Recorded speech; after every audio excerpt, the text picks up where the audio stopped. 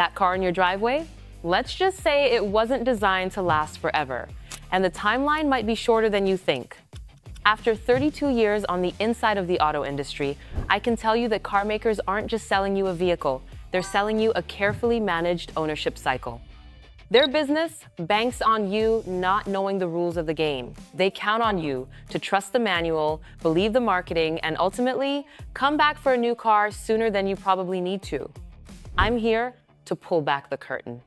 For decades, I saw how the real decisions were made.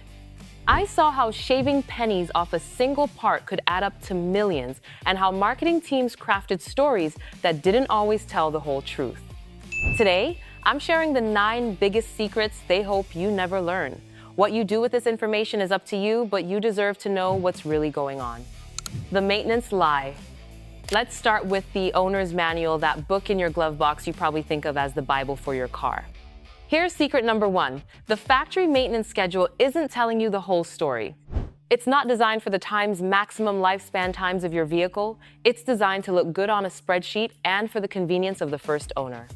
Think about it. Car makers are fiercely competing on cost of ownership. If they can advertise that you only need an oil change every 10,000 miles, the car looks cheaper to own and maintain.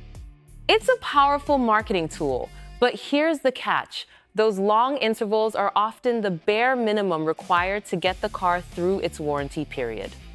If you plan on keeping your car for 150,000 or 200,000 miles, you might want to reconsider that schedule. A more realistic, longevity-focused schedule is often more frequent, especially if you do a lot of city driving or towing. That 10,000-mile oil change? Consider doing it at 5,000. That lifetime transmission fluid? There's really no such thing. Have a mechanic check it, and consider a change around 60,000 to 100,000 miles, depending on the car and how you drive. The factory schedule is a marketing strategy, not always a preservation strategy. The first-year curse. You've seen it. A brand new, completely redesigned model hits the showroom. It's gorgeous, it's packed with tech, and you want to be the first one on your block to have it. Here's secret number 2. Be very cautious about buying the first model year of a new design. When a manufacturer launches a new model, it's the result of years of engineering. But no amount of pre-production testing can perfectly replicate what happens when hundreds of thousands of cars hit real-world roads. That first year is, in a way, the final and largest phase of real-world testing, and you, the customer, are taking on that risk. I've seen it countless times. Issues with everything from electronics to transmissions can pop up in those first 12 to 18 months. The factory scrambles to identify and fix these problems on the assembly line. By the 3rd model year, most of the big kinks have usually been ironed out. The car might look identical, but under the skin, it's often a more reliable machine. Let someone else pay full price to be a guinea pig. The penny pinching problem. Secret number 3 is about the ruthless math that goes into building a car. Every single component on your vehicle was subject to intense cost-cutting pressure. Automakers will fight to save pennies on a single part because when you multiply that by millions of cars, it adds up to millions of dollars. This focus on cost can lead to compromises that you pay for later. Maybe they use a plastic cooling part instead of a more durable metal one. Maybe they use a slightly cheaper sensor. These decisions are invisible when you're in the showroom. The car works perfectly fine off the lot. But 5 years later, that plastic part cracks and you've got a leak. That sensor fails. The manufacturer saves $1 on the assembly line, and you can end up with a $500 repair bill down the road. The engineers often know the more robust part is better, but the accountants have to make the numbers work. The tire swap deception. This one is subtle. Secret number 4. The tires that come on your new car aren't necessarily the same as the identical-looking model you buy at a tire shop. These are called original equipment, or OE, tires. Car companies work directly with tire makers to engineer a tire for a specific new model. Their main goals? Maximize fuel economy for EPA testing and give you a quiet, smooth ride on your test drive. To get there, they often compromise on other things, like tread life, So while the tire might be a Michelin Pilot Sport, for example, the OE version can have a different rubber compound and construction than the one you buy off the shelf. So you drive off the lot loving the quiet ride. 30,000 miles later, the tires are shot. You go to a tire shop and buy the same set, but now the ride feels a bit firmer and the road noise is louder. The upside? That replacement set will likely last much longer. Aftermarket tires can often provide better value and a wider range of options to suit your needs, whether it's longer life or better grip. The Trojan horse in your dashboard. Secret number 5 is staring you right in the face. Those huge, beautiful touch screens that now control everything. They are a Trojan horse in your dashboard. Manufacturers love them. They look futuristic, and they're cheaper to install than a dashboard full of physical buttons and knobs. But they also introduce a massive single point of failure into the core of your vehicle. When the button for your heated seats breaks, it's an annoyance. When the touchscreen that controls your heat, defroster, and radio freezes up, your car can become a dysfunctional mess.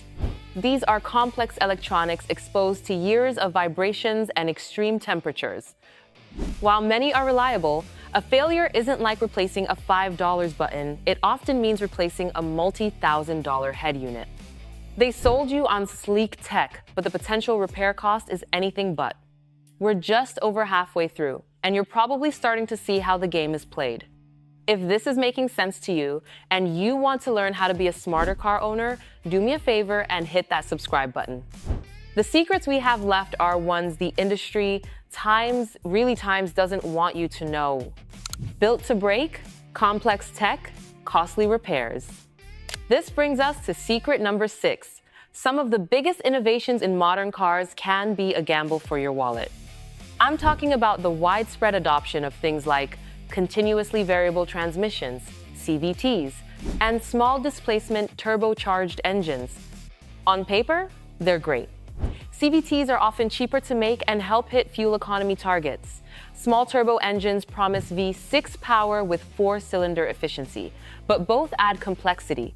Some CVTs, especially earlier designs, developed a reputation for questionable long-term reliability. Instead of durable gears, they use a belt and pulley system that can be prone to wear. When they fail, it's often an expensive full unit replacement. Likewise, adding a turbocharger adds complexity, heat, and stress to an engine. It introduces more parts that can fail, more plumbing, more seals, and the turbo itself, which can be very expensive to replace. While many of these technologies have improved, it's undeniable that added complexity introduces more potential failure points. You're sold on efficiency, but you should be aware of the potential for a higher risk of a major repair bill after the warranty expires. The subscription scam. Secret number 7 is the newest and, to me, the most insulting trend, turning car features into a subscription service. You buy the car, the hardware, the heated seats, the remote start is physically in it. You own it. But to activate it, you have to pay a monthly or yearly fee. This is a massive shift in what ownership means. Automakers like BMW, Toyota, and GM are all experimenting with this model. Want your heated steering wheel to work this winter? That could be a monthly fee. Want to use the remote start feature from your phone? That might be part of an annual plan. The industry's goal is to create recurring revenue long after you've driven off the lot. They're turning your vehicle into a platform for microtransactions. It's a trend that has faced consumer backlash, but one we all need to watch out for. The hidden toolkit. Now for a secret that's actually helpful. Secret number 8 is that your car probably has a handful of clever, useful features you have no idea exist, because they're rarely advertised. Did you know that on many cars, holding the unlock button on your key fob rolls down all the windows, or that there's often a tiny arrow next to your fuel gauge that points to which side the gas cap is on? Many cars also have an emergency trunk release handle, usually hidden under a small cover. These aren't dark secrets, but they're secrets in the sense that manufacturers don't exactly shout about them in their ads. They're focused on the big-ticket items, not the small conveniences already built in. Spend 20 minutes actually reading your owner's manual. You paid for these features, you might as well use them. The myths they want you to believe. The final secret is about the common myths that benefit dealers and manufacturers. These are ideas that just won't die, partly because they lead you to spend more money. The biggest one is about all-wheel drive. People pay thousands extra for AWD, thinking it makes them invincible in the snow. AWD helps you accelerate times, and get going. It does almost times nothing, times to help you stop or turn on a slippery road.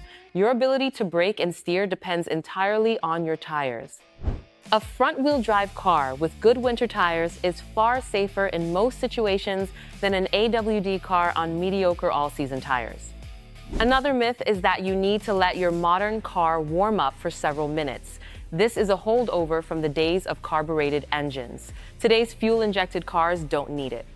It's better to start the car, wait about 30 seconds for the oil to circulate, and then drive away gently. You'll just be wasting gas. So there you have it. 9 things the auto industry isn't always shouting from the rooftops. From maintenance schedules designed for their marketing department to the slow creep of subscription fees for things you already own. The car industry is a business, and its primary goal is to maximize profit. This can sometimes come at the expense of you, the long-term owner. They are a company selling a product designed for a profitable life cycle. But knowledge is power. By understanding these truths, you stop being a passive consumer and start being a smart owner. You can maintain your car for longevity, choose proven tech over flashy features, and say no to the subscription scam. You can be the one in control. Drive smart and don't let them play you.